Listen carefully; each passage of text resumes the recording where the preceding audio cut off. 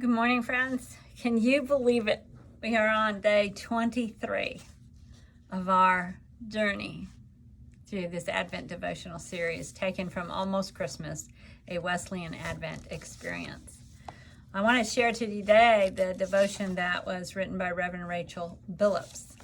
And she talks about a childhood memory. So I'm ready to get started. How about you?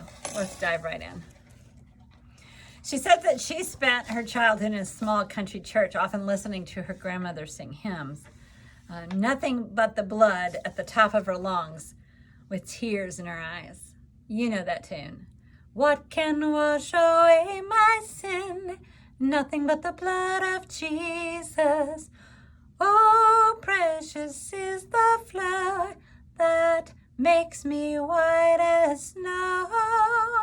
No other font I know, nothing but the blood of Jesus. Of course, that's just an excerpt. Rachel, her grandma would say, there's something about the blood of Jesus. I'm so grateful for his blood. Now, friends, at first glance, you might say, that's pretty odd. Why would someone get so emotional about blood? It's especially odd to consider during Advent what we anticipate Jesus' birth. And she has to be honest with us. She too had some major reservations when singing about the blood of Jesus. For starters, singing about Jesus' blood kind of makes following Jesus sound like cannibalism or something like that. At the very least, she says it makes us seem like a big group of weirdos. That's what she thought when she was a child. Who sings about the blood that flows? These reservations are real, with a growing number of unchurched people walking through the sanctuary doors or worshiping online. Jesus' blood is foreign and a strange concept. If you have no understanding of Jesus' sacrifice on the cross, then you may wonder what on earth you've just gotten yourself into when you start singing about Jesus' blood.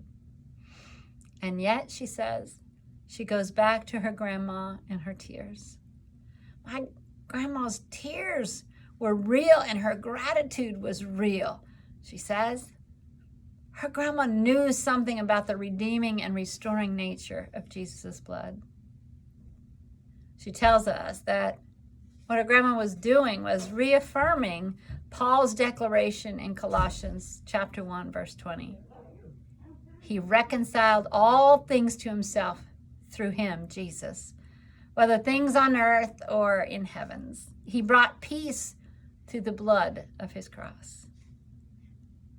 You see, Rachel's grandmother understood that Jesus' blood cleansed her. His blood claimed her.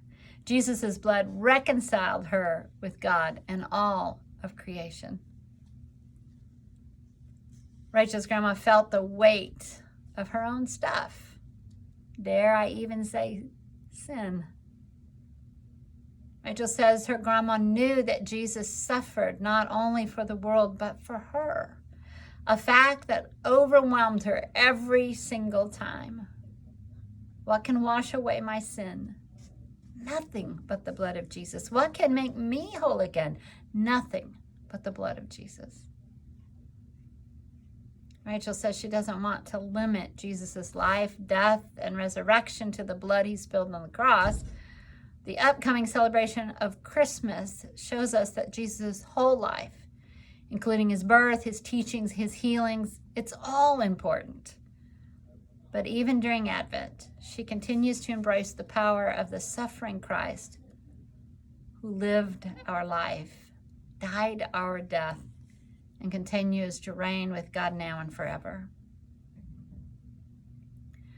She says as we continue to embrace the suffering Christ, it readies us to embrace our own suffering as an integral part of the story, God's story. Not that God causes our suffering, but rather we serve a God who suffers with us, who walks with us, and who gives us the strength to work for the liberation of all people. Rachel says her grandmother experienced the liberation of Jesus. Yes, even through his blood. And her wish is that we may be ever grateful for Jesus' blood. Blood shed for the redemption, reconciliation, and restoration of the whole world. What can wash away my sin? Nothing but the blood of Jesus. Oh, precious is the flow that makes me white as snow.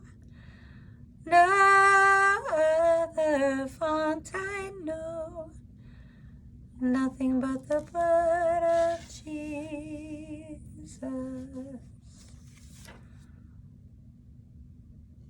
Blessings, my friend, this 23rd day of our Advent devotional journey together.